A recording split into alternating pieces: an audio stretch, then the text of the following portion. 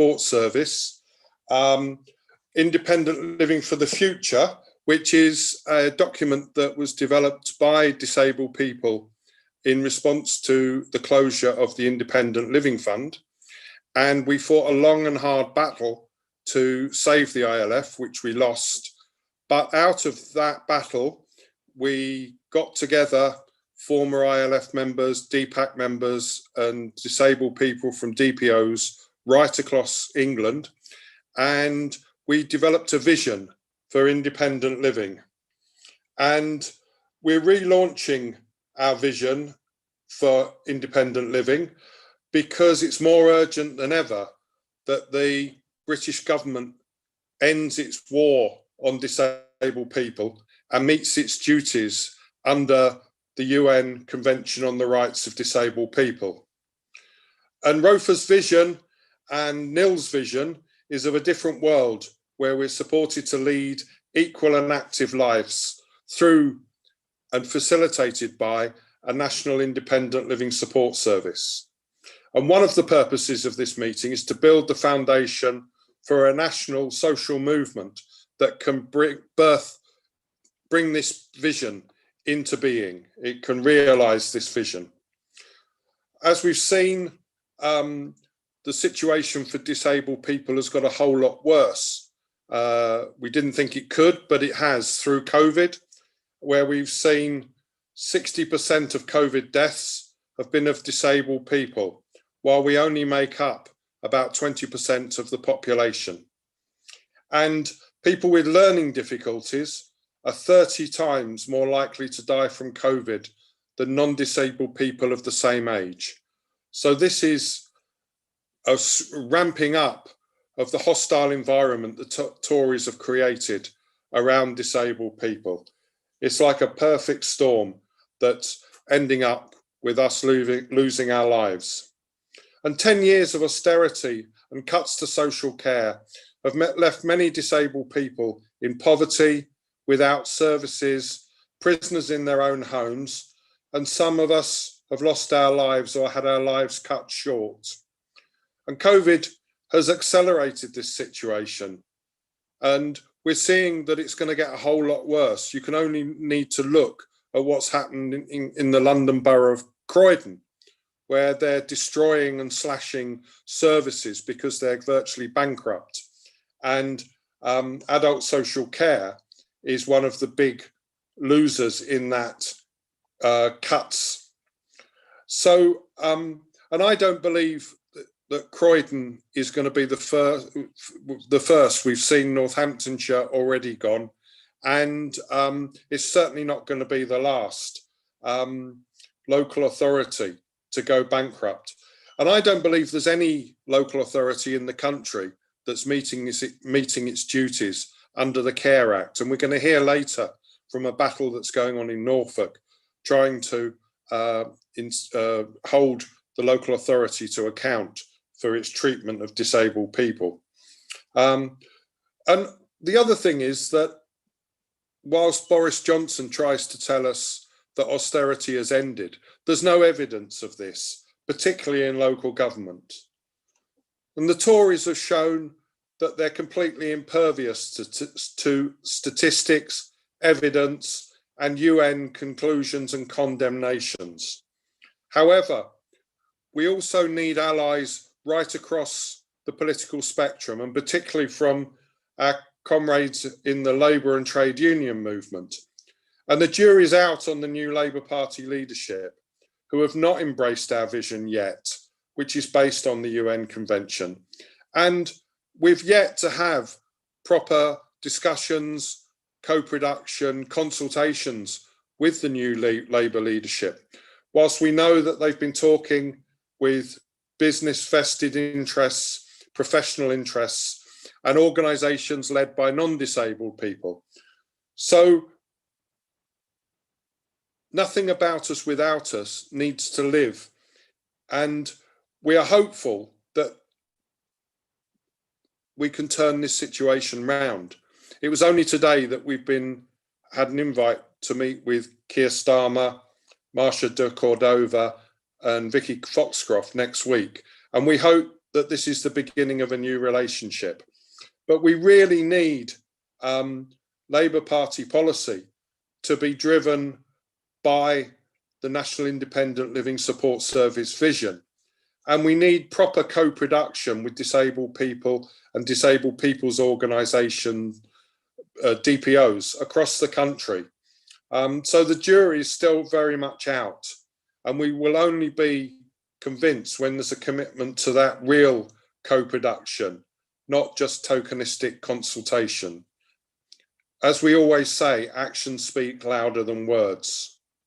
So our task in this meeting is to set out our vision, to look at the situation that we face, and to lay the foundations to build a social movement. And this public meeting is a start for that renewed campaign to address the crisis and neglect disabled people face across England and across the UK in 2020. So we've got a fantastic lineup of speakers for you tonight. And our first speaker is very familiar to most of you, I hope. And that's Ellen Clifford from National DPAC, who's going to speak to us about her book and about the current situation and how we can move forward. Ellen is one of the authors of the NILSS vision.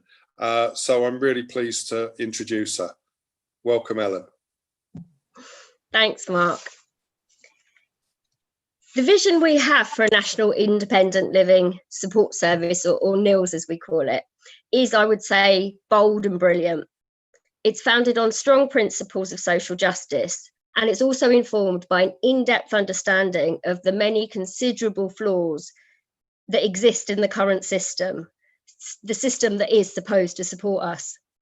Disabled people have an ambition to have the same chances in life as non-disabled people and to live in a world where we are valued equally.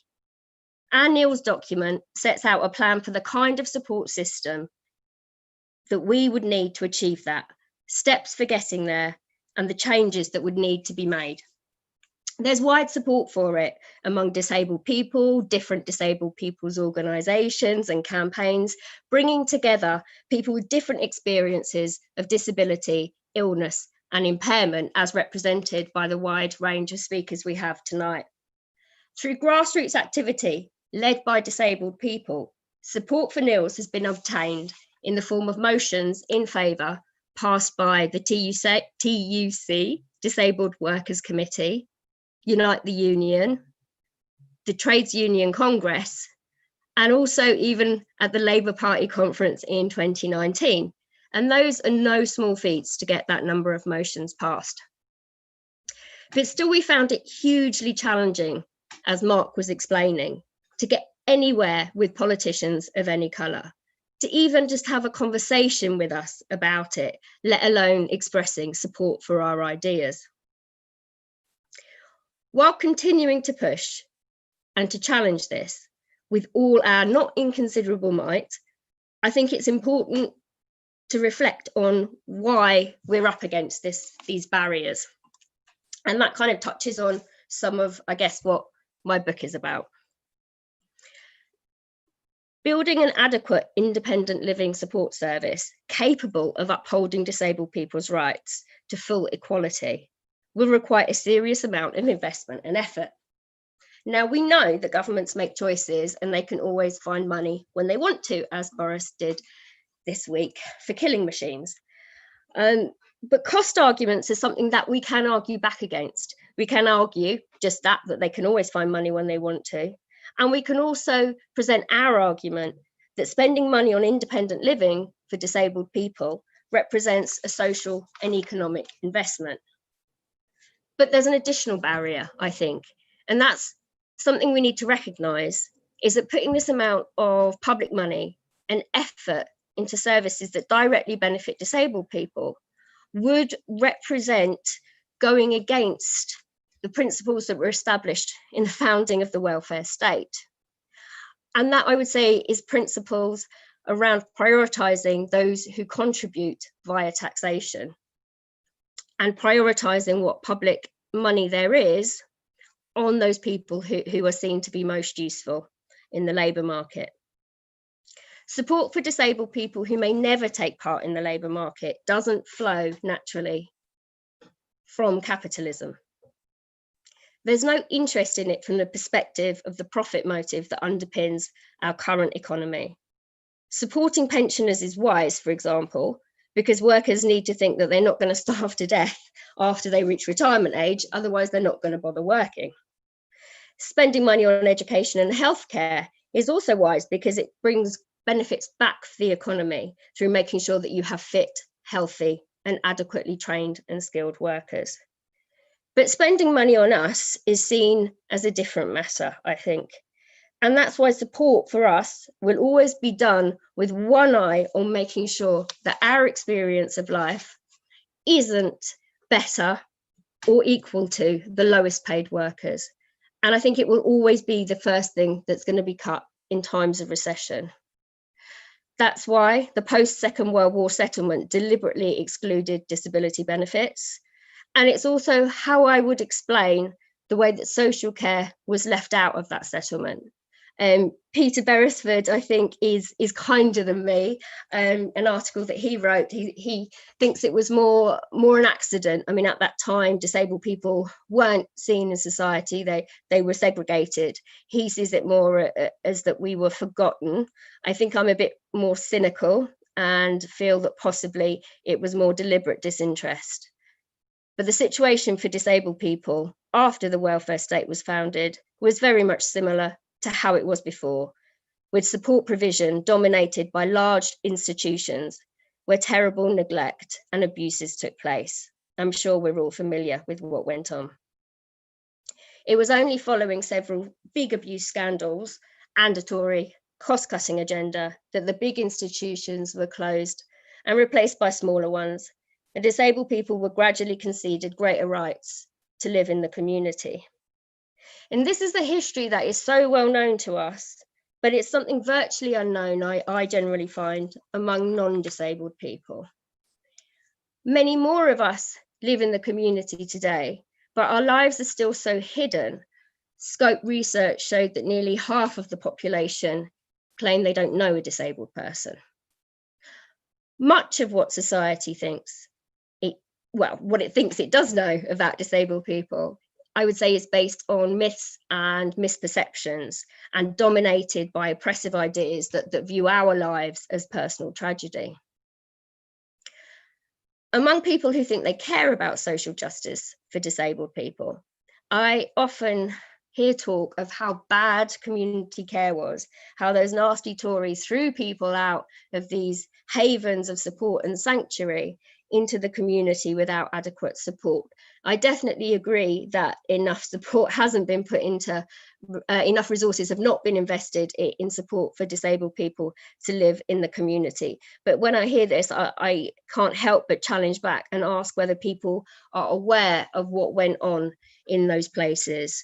And I have to say that people are generally shocked and they didn't have any idea of the extent of abuse that was systemic within those big institutions.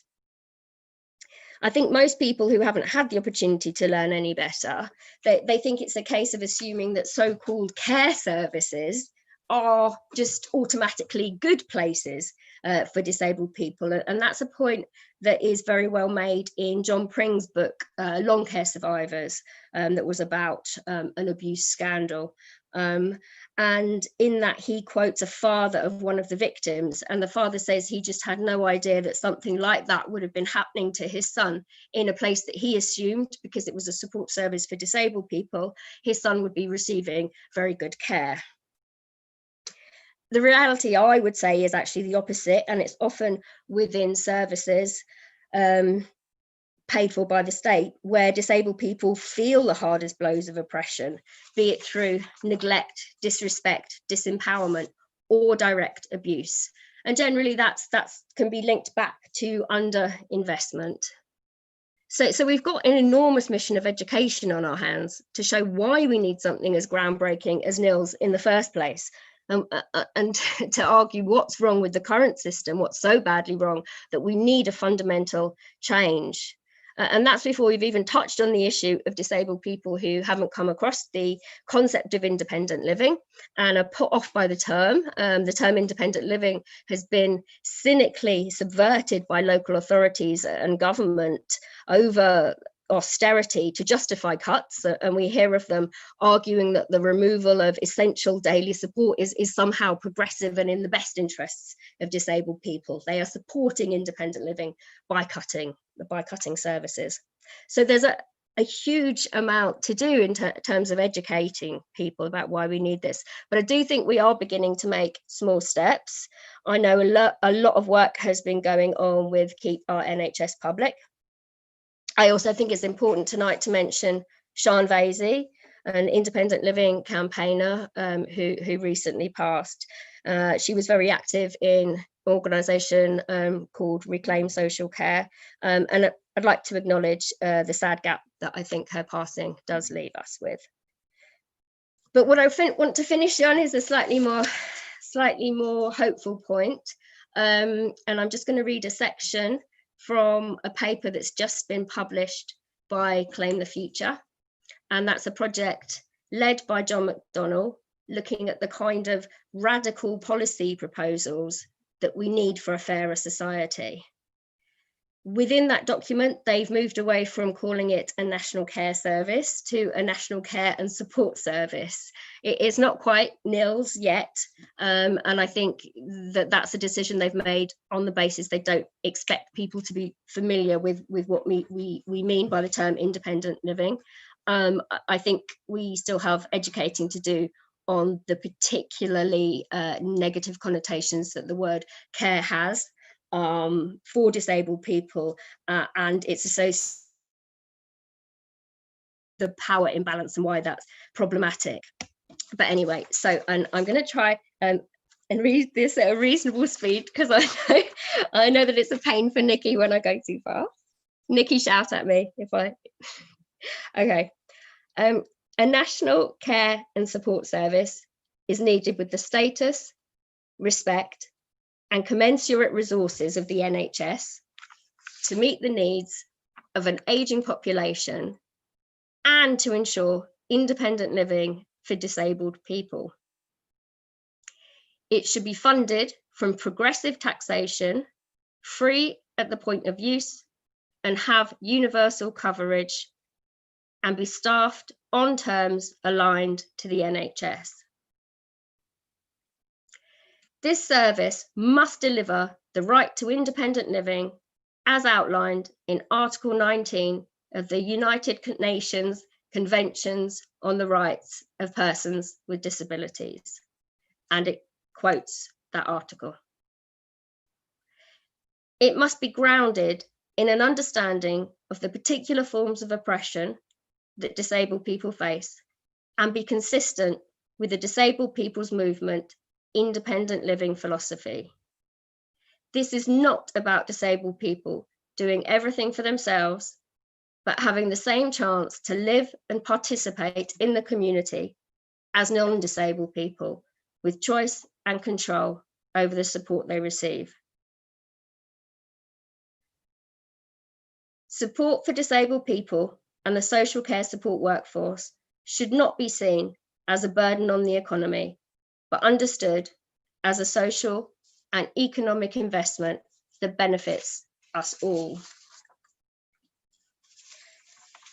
So it can feel like painfully small steps to get our allies to understand the basic concepts that inform disabled people's campaigning and our struggles against injustice. And sometimes it can feel like it takes a disproportionate amount of time to move what feels for us not very far. But this is the beginning of a journey, and I think, it's good that we're on the journey now, and we have to start it, otherwise we're never going to get to the end. And I think with all the different disabled people that we've got speaking tonight, and the people I know who are watching, I think it's just going to be a very, very powerful journey that we're on. So thank you.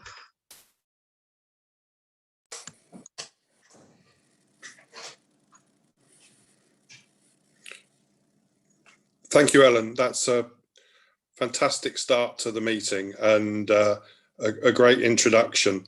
And that's the fact that we've been able to get our vision implanted into that document and that policy, I think is a big step forward. And we're going to hear more about the KONP battle that's been going on with their campaign later on when Sandra speaks. So we want this we've got a fantastic lineup of speakers, but we want this public meeting to be interactive. So I would ask you to put any comments or questions you have in the comments box of whatever social media platform you're watching on, so that we'll take those questions at the end, and then we can have a dialogue once all the speakers have finished saying what they're saying. Okay, our next speaker is Andy Green from National DPAC and Islington DPAC. And Andy has been at the forefront of DPAC's struggle to save the ILF, and through direct action, led a tenacious fight in proposing and putting forward a vision for independent living. And he's going to speak about that now. So welcome, Andy. Hello, Mark. Thank you for having me. And thank you, Ellen. Fantastic way to start the evening off. Yeah, I think NILSS represents this document, this idea, and this campaign, and the efforts that have gone into it. I think it represents a watershed moment, really, where we transition from what we're against into what we're for, as a movement, and I think, and as a community. And I think that, you know, we've been naturally positioned to be anti a huge amount of the cultural, economic, social, political shifts that have happened over the last decade and more. So naturally, we have had to get out there and to fight that. And that has required a huge effort, which disabled people have stepped up to the mark incredibly well, and delivered on that. And I do think that NILSS represents a change in tone and a change in pace and a shift in our focus. And it's really important to get onto that footing, because it is where our strengths as a community have traditionally been. And what NILSS does for me is to bring together all the best strands of what we have done and the work that we have done over the years, and put it into an idea and a set of ideas and a program and a plan, which takes us into a future on which the ground is shifted if we get this right. And NILSS offers a fantastic opportunity to look outwards, to all the things, from the individual right into the home, how we engage with society, the kind of working relationships we want to have, how we get around our communities, the kinds of resources and information that are at our disposal. And we can use this opportunity to rebuild on the lodestone of these kinds of bright ideas. And it's important, I think, to recognize how it has managed this transition really well. So it has embraced those kinds of ideas which have stood so well to the independent living movement, the kind of DIY approach to tackling barriers, and that kind of strand and thread of resistance that has run through this community to kind of not settle for anything less than what we have agreed upon are the steps and the demands that need to be taken on board. So it is really the fantastic ideas and the work that has come out of this is only possible by the amount of people that have contributed to it. So I think it's a real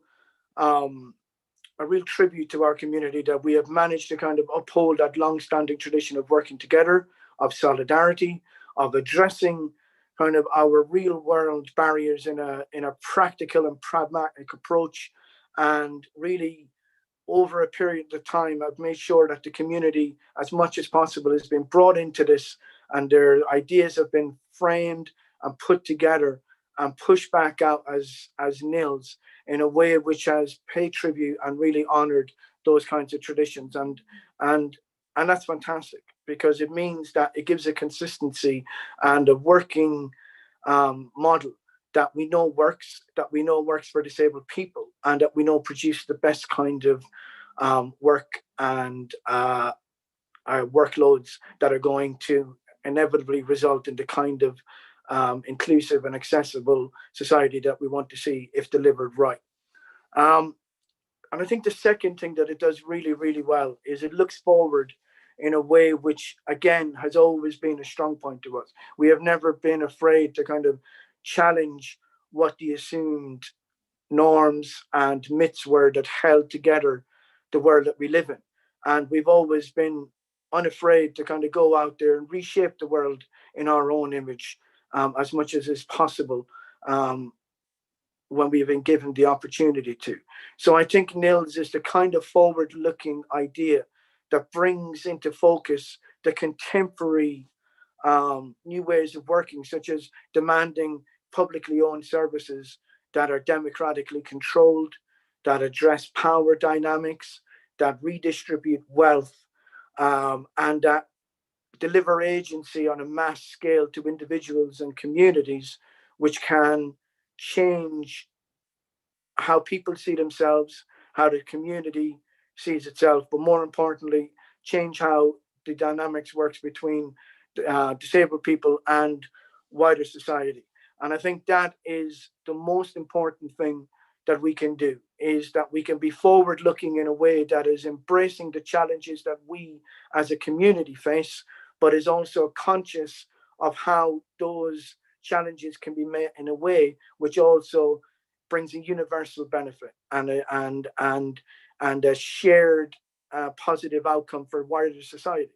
Because I think in that balancing act of actually meeting our own aspirations, but doing it in a way which is transformative for the rest of our family, our work colleagues, and our neighbours, and actually showing that we can be innovative, we can be forward-looking, we can be leaders in our communities who bring communities together and with us as we progress. And I'll finish up by saying that two quick things. One, this is the kind of 10th anniversary of DPAC, which I believe is a kind of latest reincarnation of that movement in one form or another. And I think that we should acknowledge the tremendous work that is done by disabled people for the last 10 years and all the struggles that have gone on.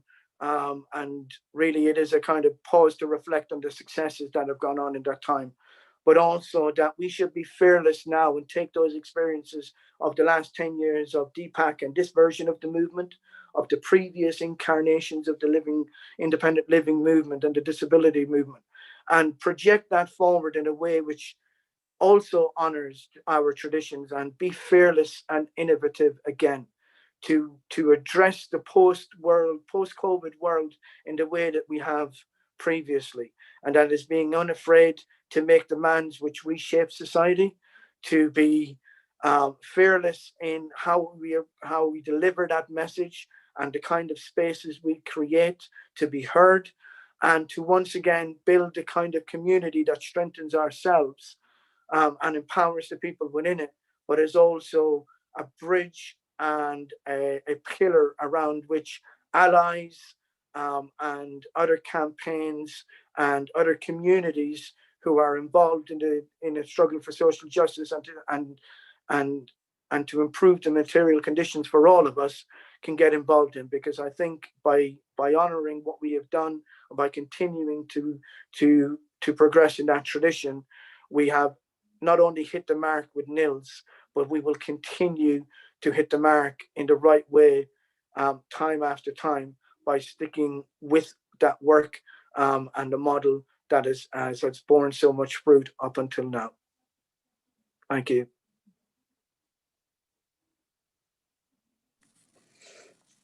Thank you, Andy. That was incredibly powerful. I'm very proud to be a member of DPAC and to have fought alongside Andy and Ellen and others over the last 10 years. And I think Andy's absolutely right.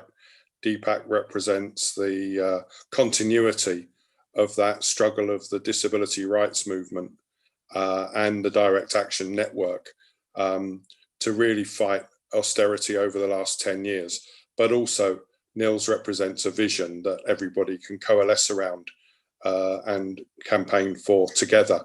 And we know that disabled people can't do this by ourselves. We can't shift the political agenda and the policy agenda by ourselves. We need allies.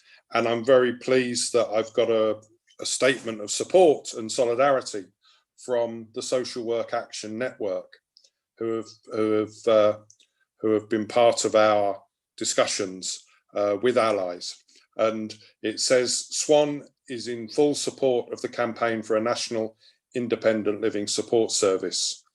As a radical partnership of social workers, social work educators, and people who use services, disabled people's self-determination is at the heart of what we believe in. This is what NILSS is about. It could end an oppressive system of social care ravaged by rationing and austerity, in which disabled people must evidence their needs in order to receive often precast forms of support. It enables people to create the support they need to live the life they choose. SWAN supports an arrangement led by disabled people and delivered locally in co-production with disabled people and social workers, not solely controlled by local authorities. So thank you for SWAN. That's a very powerful statement, and we're really pleased to have you as part of our campaign. Our next speaker is Sandra Daniels. She's a disability activist and she's chair of Reclaiming Social Care. And she's going to talk about the struggle to get the NILSS vision on the agenda of the National Care and Support and Independent Living Service campaign that's being led by Keep Our NHS Public, KONP. So welcome, Sandra. Thanks, Mark. So to start with, let me provide you some background details for those of you that don't know me. I've been a disabled activist and worked for and been a member of disabled people's organisations for 25 years, and more recently became involved in mainstream campaigning and trade union activity. This year, I became the acting chair of Reclaim Social Care, which is a non-party political campaigning organisation involving disabled people, carers, trade unionists, activists, academics, health and social care professionals and workers. We are a coalition of individual members and affiliated organisations campaigning for all social support, independent living and care services to be free at the point of use, fully funded through progressive taxation and subject to standards based on Article 19 of the United Nations Convention on the Rights of Disabled People, publicly and democratically run and designed and delivered through local co-production and underpinned by a workforce that has appropriate training, qualifications and care and pay structures and conditions. We're committed to giving informal carers rights and support that they need. So Reclaim Social Care grew out of a workshop at the Health Campaigns Together conference, which included Keep Our NHS Public and Socialist Health Association. In late 2018, Reclaim Social Care held its launch conference in Birmingham, and members of a disabled people's organisation which supports ROFA and NILSS decided to attend and make the case for NILSS. and raised the concerns about how this part of the welfare state is viewed, especially the traditional values and practices of so-called social care. So 2 years on, with a mixture of tough love, education and argument, we have increased the awareness of this campaigning coalition regarding the issues being raised by disabled people. I believe we are moving closer to the day where Reclaim Social Care will have a new name and a clear educational campaigning role. As I indicated, Reclaim Social Care is a rainbow coalition, and until the re-election of the Tory government and of course the pandemic, disabled people felt that we were making progress within RSC, Reclaim Social Care, in getting independent living understood. The pandemic led to many on the centre left wanting an immediate response to the now so obvious crisis in social care, as highlighted by the tragic deaths of COVID of elderly people living in residential facilities. Elements of Keep Our NHS Public and Socialist Health Association, led by Brian Fisher, who was then the chair of both organisations, sought to launch a new campaign with aspects of both Reclaim Social Care's demands and those of the Labour Party. This new campaign, however, which would only focus on a national care service and ineffectively it excluded disabled people and independent living. So this produced a strong reaction within Reclaim Social Care, and there was a direct challenge to Fisher and SHA and KNOP. So Fisher stepped down as chair once he knew that the RSC members supported the outrage felt by the disabled people, and as I was vice chair, I took over the helm. Bob Williams-Finlay, who is also involved in Reclaim Social Care and ROFA, contacted the chair of Keep Our NHS Public and requested a meeting to hear the reasons by their apartheid approach.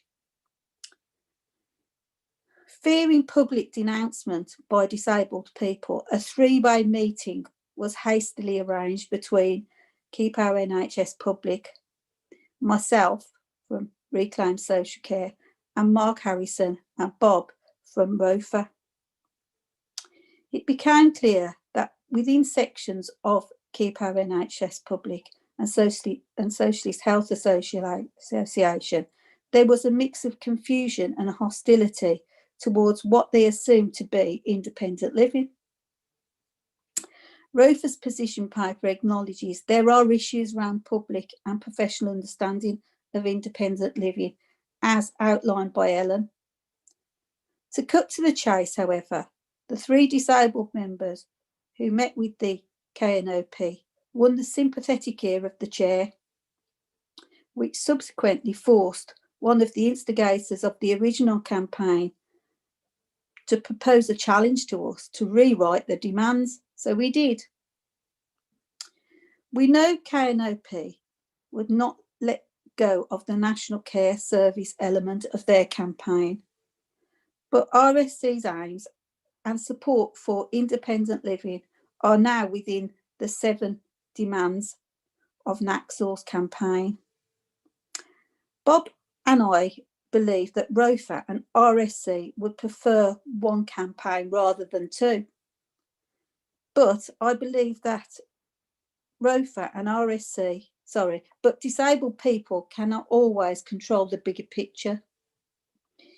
If we are going to succeed with our vision of NILSS, then we will require non-disabled allies to influence the direction of the NACSOR's campaign.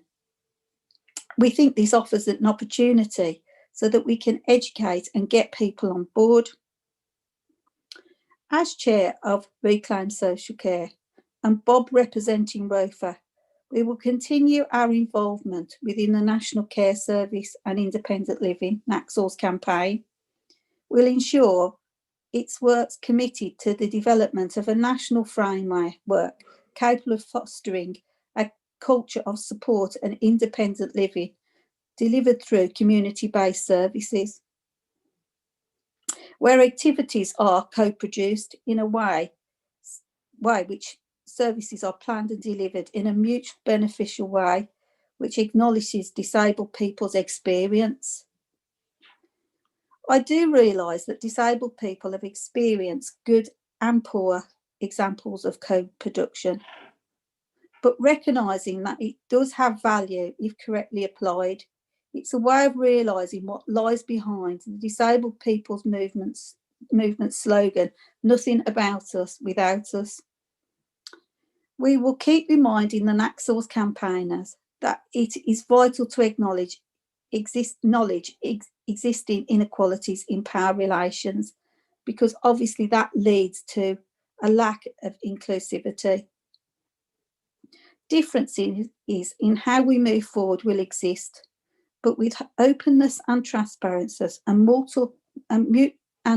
respect and tolerance, we have an opportunity to turn this crisis into a collective way forward. Thank you very much. Thank you, Sandra. And that gives everybody a really powerful understanding of the battle we're in, and how we are moving forward. As it may seem like small steps, but actually we can see movement. So, and we think the NILSS vision is that powerful that we can win lots of people to it. So, and if any of you haven't seen the document and what we're doing, you can find the document and a whole load of wonderful videos made by disabled people during lockdown about what independent living means to them and the differences between social care and independent living on the Reclaiming Our Futures Alliance website. And that's www.rofa.org.uk. And you can also sign up to NILSS and you'll get regular information. If you join ROFA, we are, invite everybody to join Reclaiming Our Futures Alliance. It's free to join and you'll get a monthly newsletter and updates on the NILSS campaign as we go. So, and can I remind people about the questions? As I say, we're going to be taking questions at the end of the speakers and comments. So please stick them in the comments box on whatever platform you're watching this on, and we can have a really good discussion at the end. Okay, so our next speaker is Dave Allen. He's chair of the TUC Disabled Workers Committee, and the TUC Disabled Workers Committee has played an incredibly powerful role in pushing forward, both in terms of creating the NILSS vision, and Sean McGovern, who sadly died recently, was part of that, and Dave has taken over and is a very clear advocate for NILSS, and we're very pleased to have you here tonight, Dave. So welcome. Thank you, Mark, and good evening, comrades. And can I thank Deepak and Rafa for this invitation. And I bring comradely greetings from over 1 million disabled trade unionists at work. Thanks for that introduction. But for those who don't know me, I'm Dave Allen, co-chair, as Mark has said, of the TUC Disabled Workers Committee and the TUC General Council member for disabled workers. I also sit on the Executive Council of Unite the Union, representing over 150,000 Disabled Unite members. But I really like to think of myself as the ex-apprentice of the late, great Sean McGovern. Sean uniquely bridged the gaps between the trade union movement, the disabled people's movement, and the Labour Party, and we miss him terribly, and he really is irreplaceable. As Alan Clifford mentioned earlier, the policy of the TUC is to support the development of the National Independent Living Support Service. This followed a motion to the 2019 Trade Union Congress in Brighton, which was passed by the TUC Disabled Workers Conference and was moved by Sean, and I had the pleasure of already also speaking to it. However, although this motion was agreed unanimously in the spirit of comradeship within the trade union movement, we need to understand that there are also differing voices in our movement. At the same time as they were agreeing our motion unanimously, Congress also had a motion from the GMB talking about social care being delivered through the NHS. And we need to understand why this is. The NILSS policy is driven in our movement mainly by trade union members who identify themselves as disabled and our supporters who understand the social model. And understanding of the social model is critical to getting NILSS agreed and supported in the movement. Unions such as the GMB and Unison have their policy on social care mainly formed and driven by their members who work in the social care sector. So in our movement, we therefore have a substantial job of work still to do. We need to make sure that members understand the social model. I'm amazed at how many actual disabled trade unionists don't understand it, never mind many of our non-disabled colleagues. First of all, we need to make sure that members understand the social model, and we need to raise this at every opportunity we get and fully explain the difference between the social and medical models. We also need to engage with trade unions and their members who deliver social care. They would not be opposed to our agenda if we had the opportunity to discuss it with them and listen to their views and come forward with an agreed NILSS policy. As part of this, myself and Rachel O'Brien have engaged with the Unite Social Care Forum, where this issue was fully discussed. The meeting consisted of Rachel, who is a Unite rep, myself as the EC member, and senior Unite officers and reps within the social care sector. I also attended the last ROFA NILSS committee, where Mark was in attendance, where it was agreed to set up a trade union subcommittee to further develop this strategy. So we need people to understand the importance of working with the trade unions, and hopefully ROFA members will come forward who are active in their trade union to work on this, this trade union subcommittee. We need to have no illusions about the Tories. No matter what they may claim, they are neither the party of the working class or disabled people. But without these illusions, we still need to try and negotiate and persuade them of the needs of disabled people and our movement.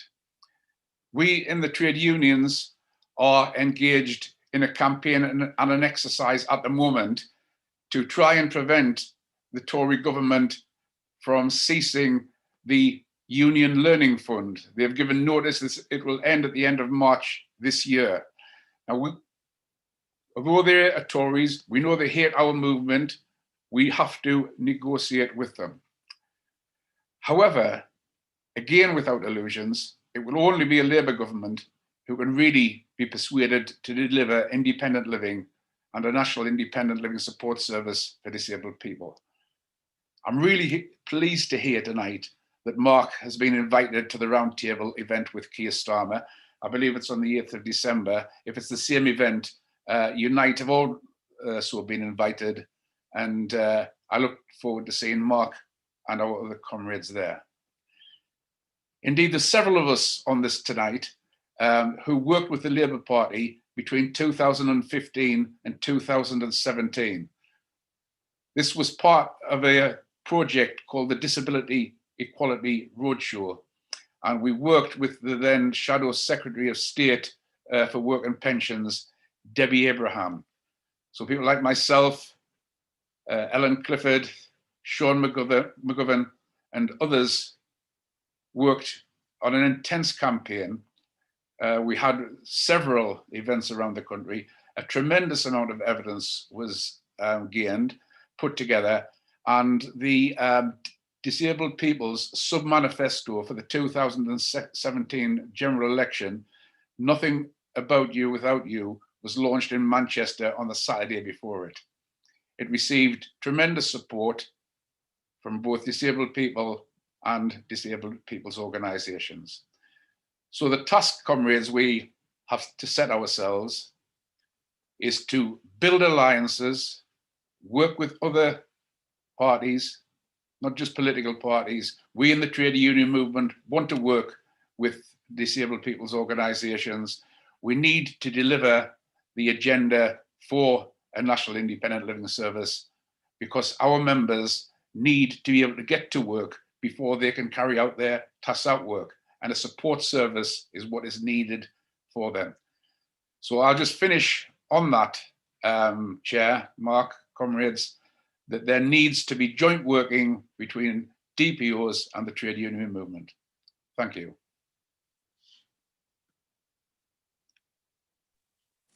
Thank you, Dave. And I'm really pleased that you've taken up the mantle from Sean, and Sean leaves huge shoes to fill, and we all miss him greatly, as we do Sean.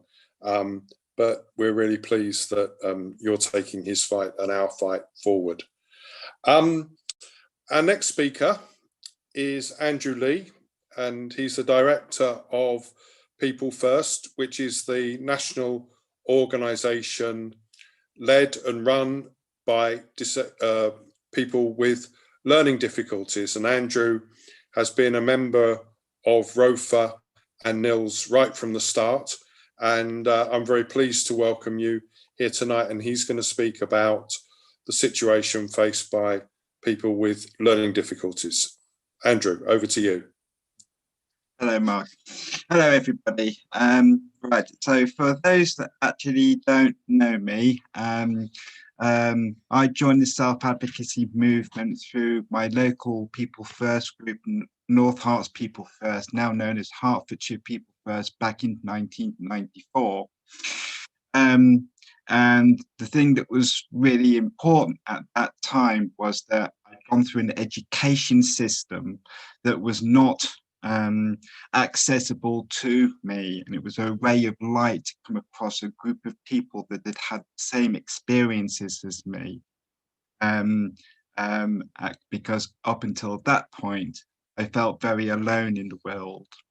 And so the self-advocacy movement for me has actually been the vehicle of realizing a method of fighting against discriminations that we actually face as people with learning difficulties in Hertfordshire. So if there are people with learning difficulties listening tonight, I urge you to join your local self-advocacy organisation, or if there isn't one, form one.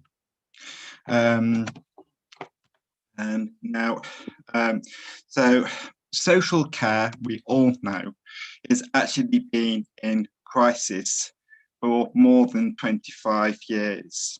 I think that the problem, I think, is that society is that the promises are made and promises are broken by our political class from right across the country, local and national.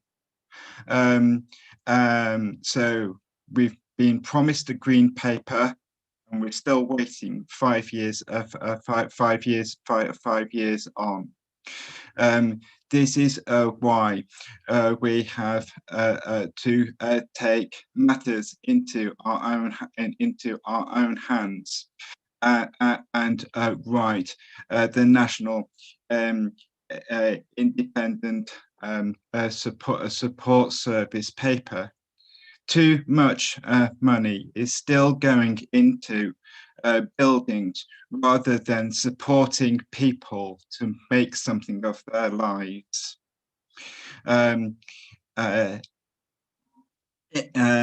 Independent living is about having choice, control, and independence. It is about having the right support to make decisions within our own abilities and not be limited by the rules of the social care system that we all know is broken, but people in positions of power to make a change haven't got the bottle to actually admit it, and work with people with lived experience to actually put it right. And I believe that NILSS is actually the vehicle to actually make that change a reality for the generation in our schools, in our colleges, in our universities now.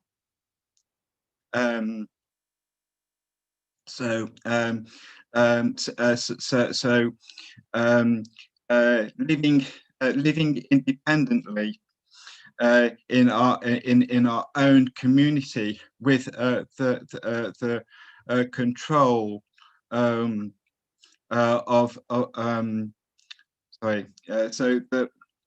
the model of support should be based on the person assistant model rather than the traditional carer model. We need someone to support us. We need someone who supports us to do what we want to do, rather than something someone supporting us in a way that is best for the system to actually manage, where there is just enough money to actually do something rather than what we want. And a brilliant example I can give you there is that I have a friend of my wife wanted to go on holiday, and she had to save up all of her support hours in a residential home for a year before she actually had enough hours to employ someone privately so she could go on holiday with her boyfriend to another country. One of the things that she actually felt very passionate about. So she actually had to watch all the residents in the residential home get the support that she actually wanted for a whole year, where she actually went without because she wanted to go on holiday with her boyfriend. So I'm afraid that just hits the gut really kind of hard, because it is about us having control, and right now the system has control of our lives, and it's wrong.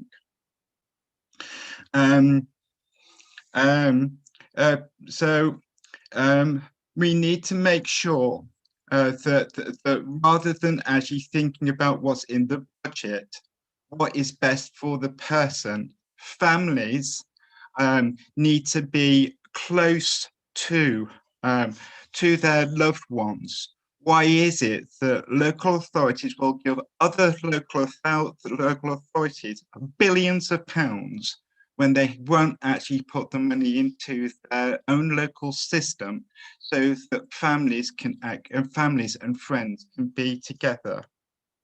People with learning difficulties are still being locked up in institutions far away from home. We are still hearing about horrible attacks cases of abuse and neglect. This must end. A group of self-advocates from across the country wrote a statement about their concerns and why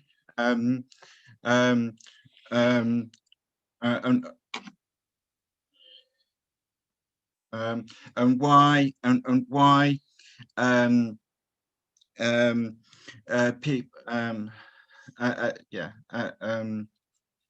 just so that where am I? I lost my place here. Okay, sort that out, OJ. So the closure of the adult treatment units must happen now. There have been loads of abuses like Bolton Hall, and the latest is a View Tree, while the actual pandemic has actually been happening. There is no justice for people with learning difficulties and no justice for disabled people. We have a broken justice system that actually is not working for disabled people, and the moral compass of our country is reflected on how they treat disabled people, when all we want is a level playing field to live lives how we want, how we actually want it to be. So join the self-advocacy movement. Join us, I beg you. Thank you, Andrew. That's incredibly powerful. And I talked about the videos that NILSS have produced, and both Andrew and OJ are featured in those videos, and they're very powerful. So I would ask everybody to watch them. And at the centre of the NILSS proposal is proposals and vision is the closure of institutions, both for people with learning disability and autism, but also people in mental distress. So I'm really pleased to introduce our next speaker, Dorothy Gould, who has again been a really active member and central to the development of NILSS. And she's going to speak from the perspective of a user and survivor of the mental health services. So welcome, Dorothy, and I'll hand over to you. Thank you, Mark. And again, I could so strongly identify with what Andrew's been saying, because there's such similar situations faced by people with learning difficulties and people in mental health services. Just to introduce myself a little bit, I come from a user-led organisation called Liberation, which I launched a few months ago. Liberation has been set up specifically to promote the United Nations Convention on the Rights of Persons with Disabilities, the UNCRPD, in partnership with other deaf and disabled people's organisations. Our particular focus is people who experience mental distress, mental trauma, so very often people who are given psychiatric diagnoses. And some key points for the relaunch of NILSS. Many of us who have mental health diagnoses continue to struggle with the ongoing huge dominance of the medical model, the sheer power of psychiatry. Under this model, we're seen as ill and so incapable. That's a major reason why we're detained against our will in psychiatric hospitals and forcibly treated. We can also be made subject to community treatment orders and so experience coercion in the community as well. It's not just in hospitals, that can be going on in the community. Worrying numbers of us end up still more traumatized as a result of coercion. That certainly was my experience. You go into a psychiatric hospital in a very distressed state. You face control, being forced to take drugs. How is that supposed to heal you? And that's in the very services that are supposed to support us. The number of people dying prematurely when they're on psychiatric drugs is frightening.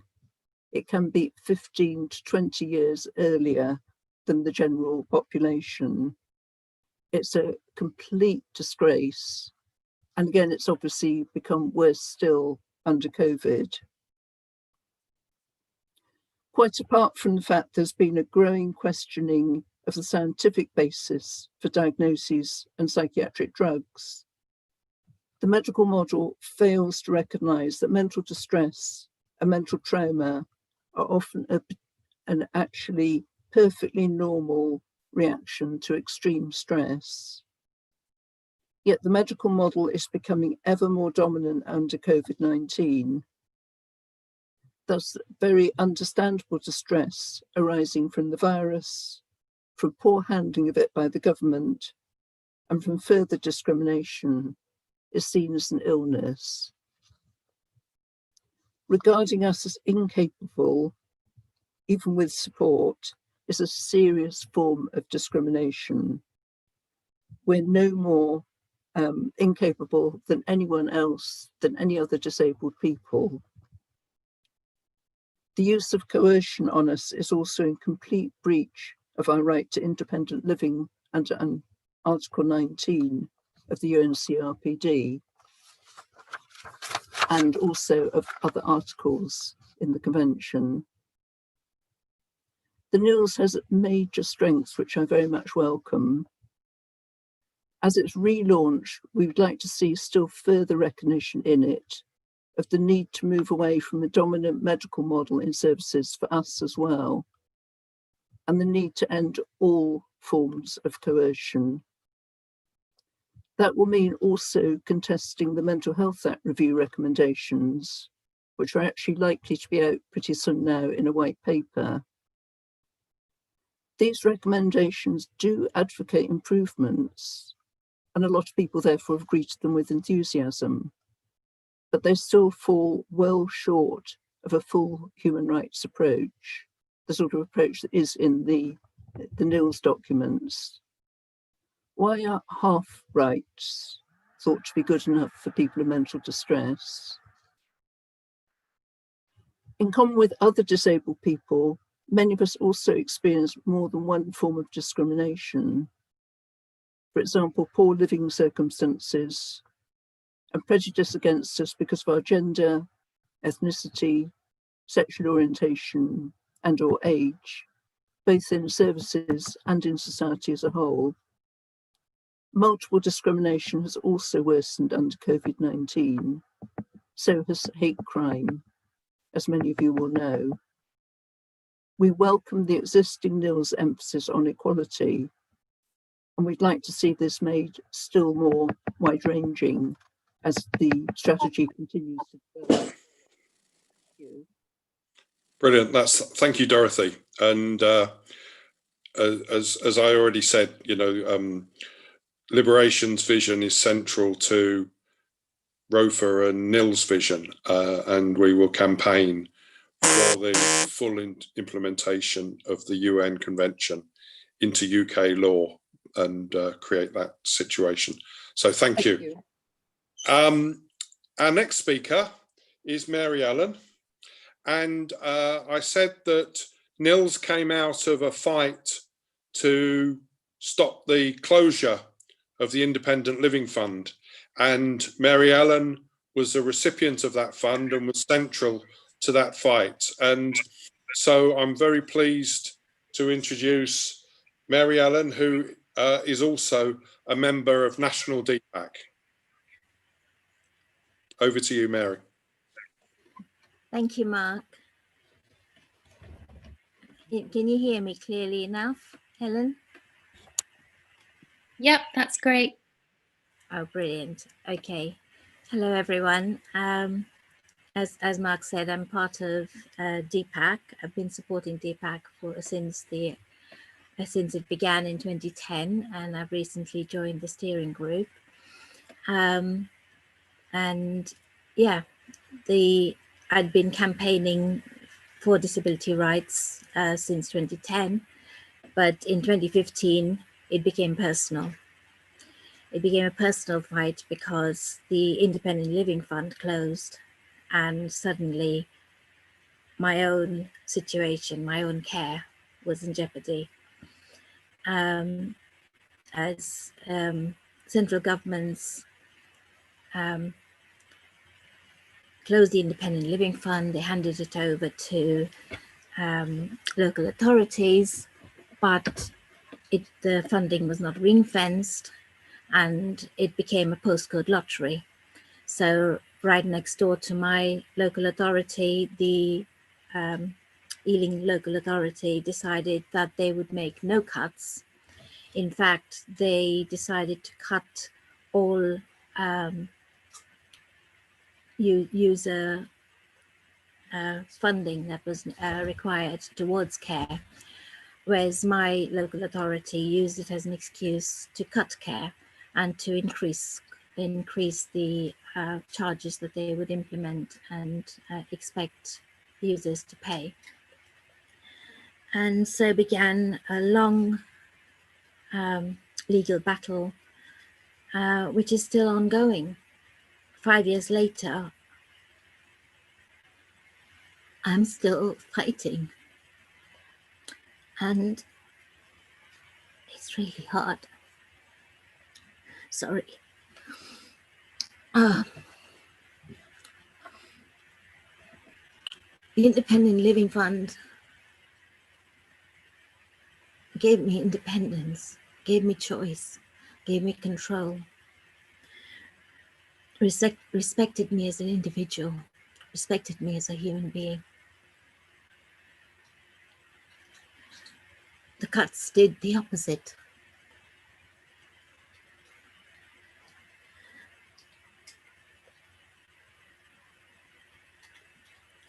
Instead of giving me the support I needed to help me, for example, to go to the toilet,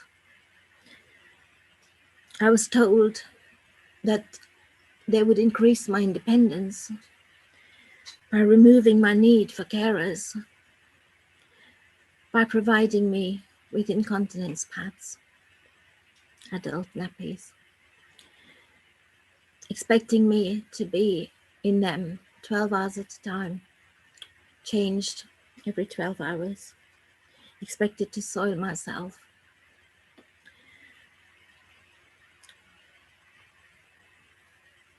To become incontinent when I can stay continent, given help to use the toilet.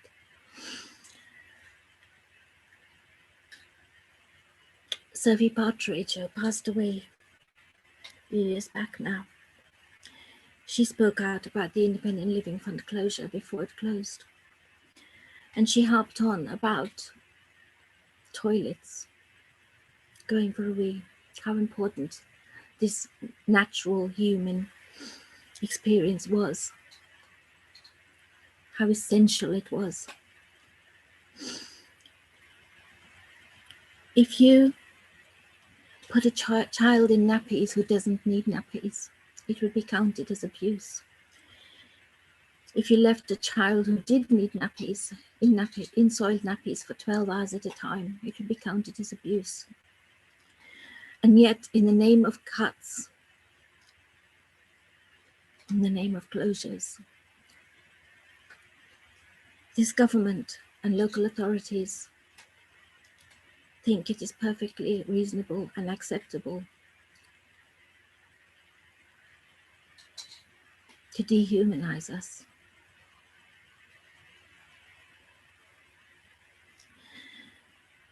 In the name of cuts, to leave us to soil ourselves, to live with the embarrassment, the shame, the injustice. I didn't expect to cry, I'm really sorry. I wanted to talk more about why this is so important and why we need our disabled and non-disabled allies in fighting for justice, because an injustice to one is an injustice to us all. And by the same token, justice for one of us is justice for us all. Coronavirus has brought home just how quickly and easily any single one of us could end up disabled, because it's not killing people in the numbers that people thought it would. And that's a good thing. The problem is, of those who survive, so many are experiencing one or more of the symptoms of long COVID, leaving them with disabilities, leaving them to not just live with those disabilities like disabled people have to, but with all that is entailed, the fight for justice, the fight for their lives, for their benefits, for their right to housing, to food, to shelter, to care, to have the support that we need just to live in equal measure to our peers. I like to sing. In fact, I was told by my doctor that singing would be good for me because of my health issues, because of my breathing problems. When the ILF came along, they gave me the opportunity to do that because they gave me support enough to enable me to join my choir. When the ILF closed, I was told I could continue to go to the choir, but I should ask my choir members to help me to go to the toilet and support me, give me my medication, do whatever I needed while I was at that choir. It's little things like that that diminish us, that rob us of our right to be part of our community, to live our lives as we have a right to do. Because disability rights are not just disability rights, they are human rights. They're the rights of everybody else.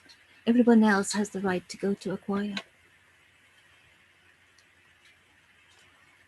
My right is dependent on asking other people to support me. And it shouldn't be that way. And that's why we need NILSS.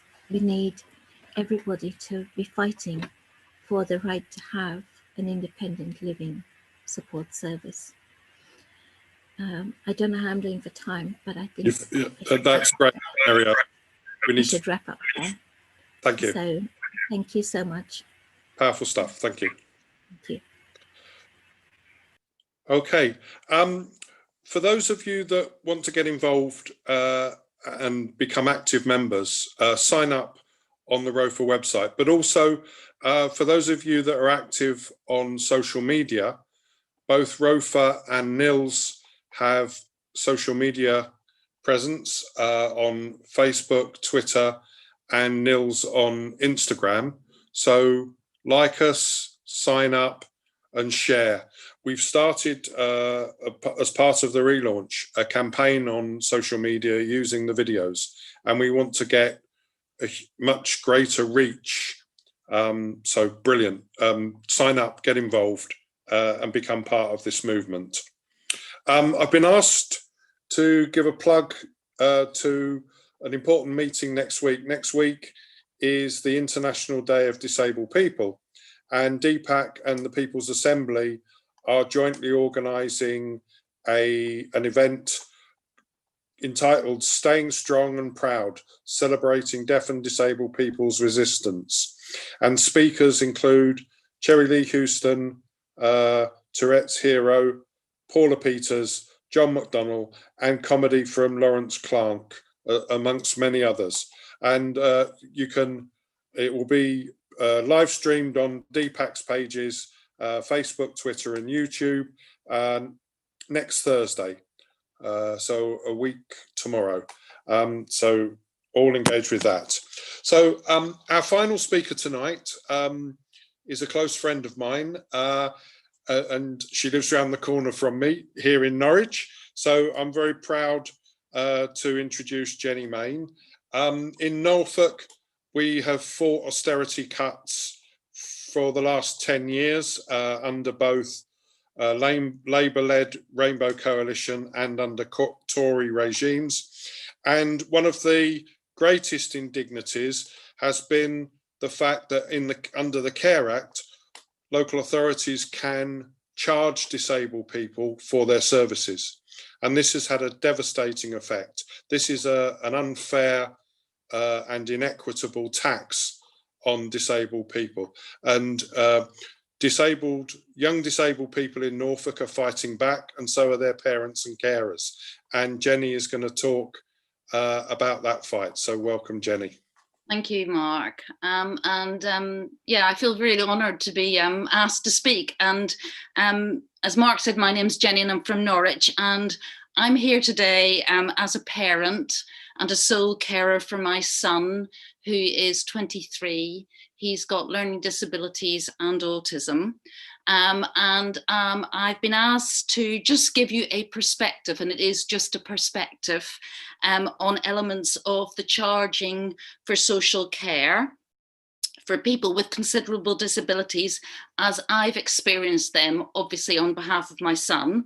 And I also want to let you know about a legal challenge that's going on currently that I think you all will agree is important and I think will be of interest to an awful lot of you.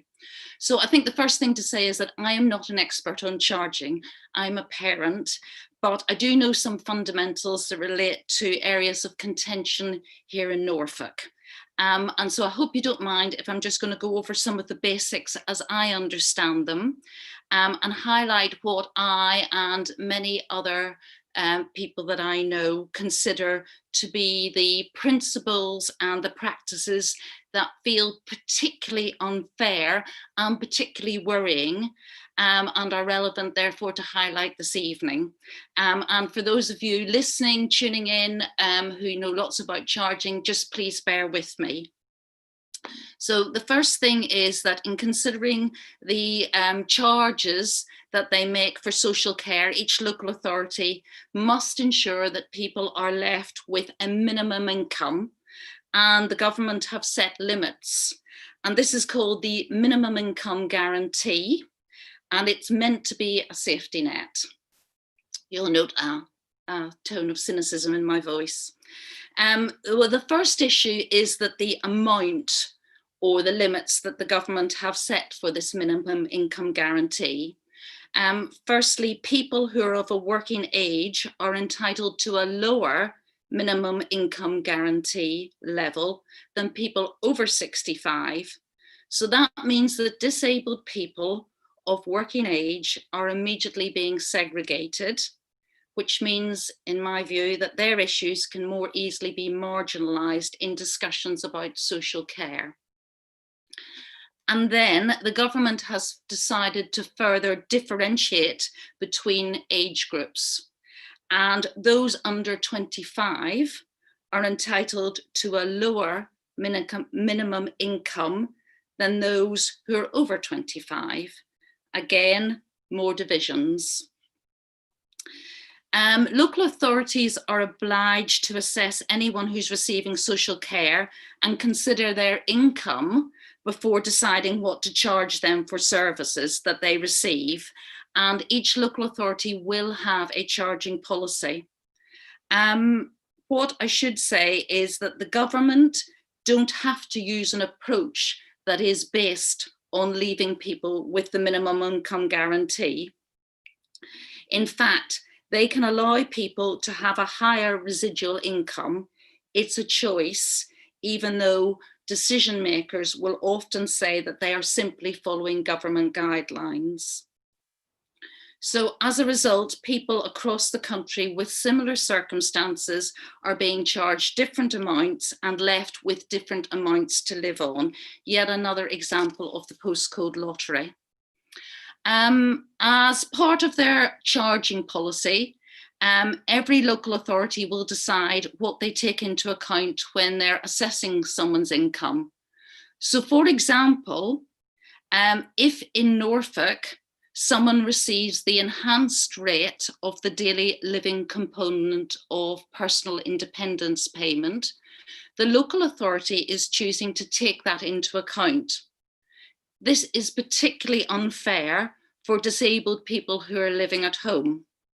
That element of the daily, the enhanced rate of the daily living component of the personal independence payment is meant to be for day-to-day activities which a person struggles with due to their disability.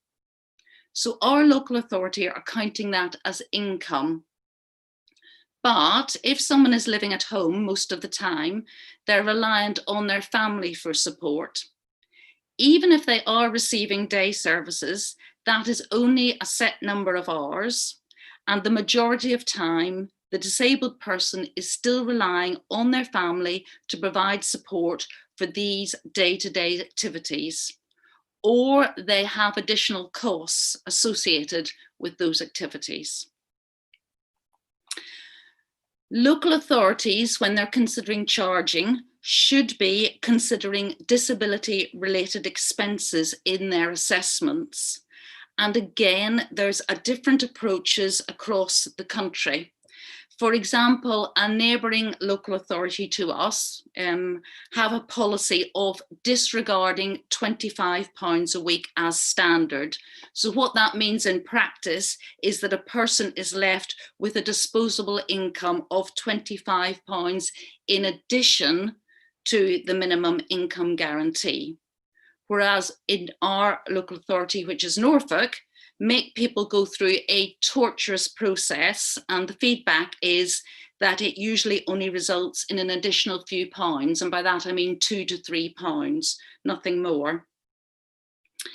If people work for less than 16 hours a week and their earnings are low enough, then they can keep some of their earnings. So theoretically, there's still an incentive to work. But of course, for people that cannot work unsupported, i.e. the most disabled people, like my son and many others that I know, this is of little comfort. In effect, most people with a disability which prevents them from working unsupported will only ever be left with an income at the minimum income guarantee level. So again, the most disabled people are further marginalised. And to cap it all, the final issue is that the minimum income guarantee levels were set in 2015. They haven't increased since. And if benefit levels rise, the amount our local authority will charge will also rise. So the amount that a person is left with is still the 2015 figure. So when politicians or the decision makers here try to defend their position by saying that benefit levels may increase, they are being disingenuous and they're ignoring this whole point. And unless they also raise the minimum income guarantee levels, disabled people will not see any benefit at all. So the position here in Norfolk is that the council recently, I say recently, about 2 years ago, chose to adopt a new charging policy based on the minimum income guarantee and to take the enhanced care element of personal independence payment into account. So in real terms, this was a significant cut and people are now significantly worse off. The cuts have been phased in and will result in people losing up to 33% of their net income. Inevitably, this impacts on individuals and their quality of life and totally contradicts all the rhetoric that the council is also putting out about quality of life, promoting independence, etc. It's a complete nonsense, and there is no prospect of it improving. Our council proceeded with this charging policy despite the fact that their own impact assessment identified, and I quote, a potential for detrimental impact, particularly on disabled people. As you can imagine, this has led to considerable opposition by disabled people and parents and carers here in Norfolk who have formed a campaigning group. We've felt aggrieved at the decisions, but also the whole process, and to be quite honest, the attitude of the decision makers towards us. We've been successful in raising awareness, but sadly the policy remains. However, we are not rolling over.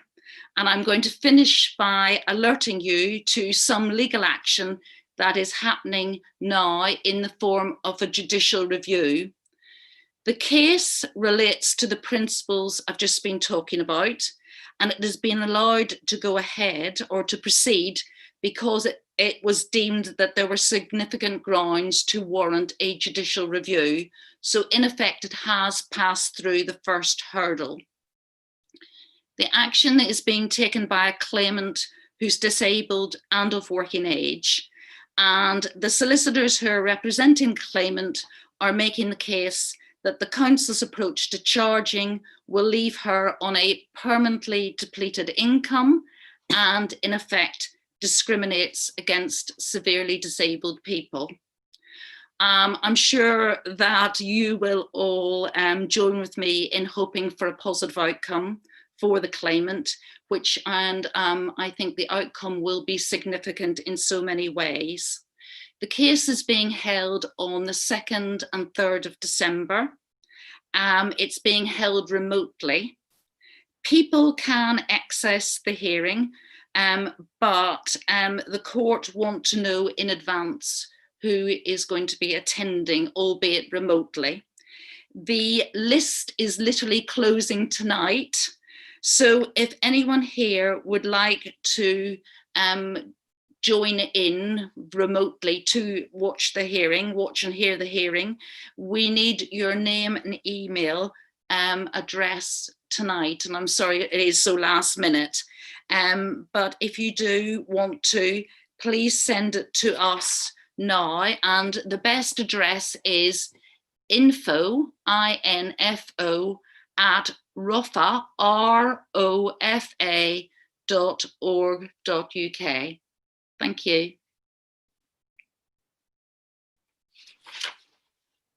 Thank you, Jenny. That's great. And what's really exciting about that is that it's the first legal challenge under the Care Act that's got to the point where of judicial review. And of course, it won't only apply if it passes and goes through to disabled people in Norfolk, it will apply to disabled people right across the country. So that's incredibly powerful and important. Right, that's the end of our speakers, and I've got some questions that have come in. So I'll deal with some of those and maybe pass out one or two to other of the speakers who can speak on them. The first question is, what are the main differences between NILSS and the current system? So I think a number of our speakers have touched on this and have spoken about it. I would just say that very quickly, the summary is that NILSS will be free at the point of need. It will be publicly funded through progressive taxation. It will be organised nationally, but delivered locally in partnership and co-production with disabled people's organisations. And it will be modelled on an expanded version of the Independent Living Fund. And what's crucial is that it will not just be free at the point of need, but it will be in the public sector, the not-for-profit sector. So we won't have companies making profits off our backs. And disabled people will be at the heart of running it, just like we were in developing choice and control and the system of direct payments. The second question is, what are the chances of getting a NILSS implemented now that Labour is controlled by Keir Starmer?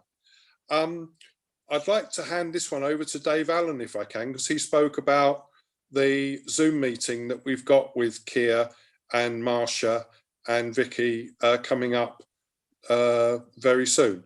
So Dave, do you want to answer that? Well, we don't really know. Hopefully that we are going to present powerful arguments to him and present him with it. When myself and Sean and Alan Clifford and others were able to talk directly to Labour politicians, at the time it was the Shadow Secretary of State for Work and Pensions, and her name has just gone out of my mind. We were able to persuade her that disabled people had the needs that disabled people had, and that Labour could deliver it.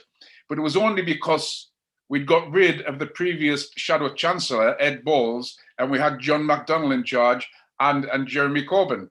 I think that the counter-revolution, for want of a better term, that's taken place in Labour makes it less likely that they will put disabled people's agenda at the height of their priorities. My reading of the situation is that all that's important at the moment to senior Labour politicians is that they get elected. So we'll be trying, we'll be presenting powerful arguments. We hope they'll be receptive to them, but I wouldn't bet on it. Thank you, Dave. Well, we'll be able to tell you more after we've met with Keir.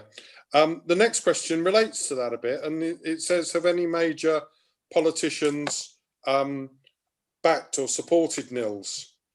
Well, yes. We said at the beginning that this is a relaunch.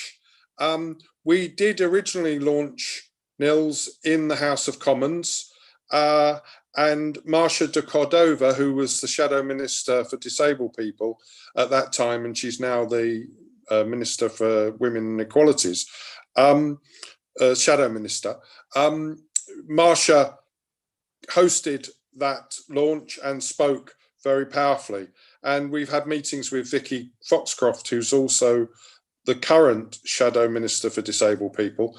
And the meeting that has been set up with Keir Starmer comes as a result of our contacts with her. So, as I said, the jury's out and actions speak louder than words. So we'll let you know how that's going. The next question is, would the NILSS be run by the DWP? Many disabled people just can't trust them anymore. No, and not only can't they be trusted, but our position is that the DWP as a department is institutionally racist and needs to be disbanded. Institutionally disableist and needs to be disbanded. The culture in the DWP stinks. Obviously, we're DPAC and ROFA are part of the movement to stop and scrap universal credit. So no, it wouldn't be. What we propose is that it will be organised centrally to get away from the postcode lottery, to make sure that every part of the country is served equally, and that disabled people will work in central government alongside civil servants to ensure that happened, just like we did with the Independent Living Fund, where disabled people were at the centre of it, but that locally it will be delivered in partnership with disabled people's organisations. So it won't have anything to do with the toxic culture of the DWP. And the final question is, do any major charities currently support NILSS? Quite frankly, the answer is no. For disabled people, the disability charities, the ones that are run for disabled people, not by disabled people, are part of the problem, that they've opposed every development an innovation that the disability movement has tried to implement, and they've never been allies of disabled people, and they continually try to squeeze us out, take our territory, and co-opt and colonize our language, but do the opposite. And so there's no love lost between ROFA, NILSS, DPAC and the disability charities, because they've demonstrated that they put their own business interests first. And we should be very clear about that. They make their living off the backs of disabled people. They make profit and surplus off the backs of disabled people, but disabled people don't directly benefit from those services. So unfortunately, the answer is no. But what we are very clear about, as I said, and a number of speakers have emphasised, is that we can't do this without allies. And we are calling on all non-disabled people, professionals, to study our vision and get into a conversation with us and a dialogue. What we've shown in the dealings with John McDonnell's group and the KONP, Keep Our NHS Public, is that when we get into a dialogue, we can find common ground and we can shift positions and we can win people over to our vision. And I think the main thing is the most powerful force we have on our side is the UN Convention on the Rights of Disabled People, which is the only UN convention that was written by the subjects of that convention, disabled people. And that convention has been signed and ratified by most countries across the globe. And our government signed and ratified it. And all we're calling on them to do is to implement it. And all we're calling for other political parties, and particularly the Labour Party, is to respect the principle of nothing about us without us and co-production, and adopt the UN Convention and commit to bringing the UN Convention into UK law, so that disabled people have real rights if we have an elected new Labour government, and to work with us and bring us into the centre of participation and co-production. So that's the end of the meeting. It's been a privilege to chair this meeting with a wonderful lineup of speakers. I've learnt a lot tonight, and I hope you have. And the real measure of the success of this meeting is if we build that campaign. So join NILSS, join the campaigners within NILSS, join DPAC, sign up through our website, and we look forward to working with you. Thank you very much, everybody.